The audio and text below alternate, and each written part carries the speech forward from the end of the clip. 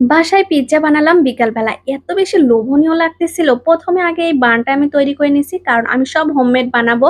১ম এ আগে আমি আটা নিছিলাম। তারপরে ইস্ট দিয়ে এটা গুলে রাখছিলাম ০.৫ ঘন্টার জন্য রেস্টে। তারপরে কিন্তু একটা পিজ্জার প্লেটে এটা নিয়ে নিছি। তারপরে এখানে সস দিয়ে দিছি। তারপরে সসটা ভালো করে পুরোটাই মেখে নিব। তারপরে কিন্তু আস্তে, আস্তে টপিংস গুলা দিতে হবে। আর এখানে আমি একটু টমেটো ইউজ করব। কারণ টমেটো দিলে এটা দেখতে বেশি ভালো লাগবে। এটা আপনাদের যার যেমন ইচ্ছা। আর এখানে ক্যাপসিকাম কেটে নিছি লম্বা করে, কিউব করে সবকিছুই। তারপরে এখানে আস্তে, আস্তে কিউব গুলাও দিয়ে দিব। আগে লম্বাগুলা দিয়ে দিছি। তারপরে কিন্তু এখানে পেঁয়াজগুলা দিয়ে দিব। পেঁয়াজ দিলে অনেক বেশি মজা লাগে। তারপরে কিন্তু অবশ্যই আমি এখানে চিকেন ব্যবহার করব। এখানে কিন্তু গরুর মাংস ব্যবহার করা যায়। আজকে আমি চিকেন দিয়ে করছি। চিকেন কিন্তু কিউব, কিউব করে আগেই ভেজে রাখছিলাম। তারপরে আস্তে, আস্তে এখানে একটু চিজ দিয়ে নিব। আর চিজটা ২ লেয়ারে দিব। ১ম এ একটু চিজ দিয়ে তারপরে একটু সস দিব। তারপরে দ্বিতীয়বার আবার চিজ দিব বেশি করে ভরে। তারপরে এটা ওভেনে দিয়ে দিব। আর আমি তো ওভেনে বেক করব এজন্য ওভেনে এটা দিয়ে দিচ্ছি।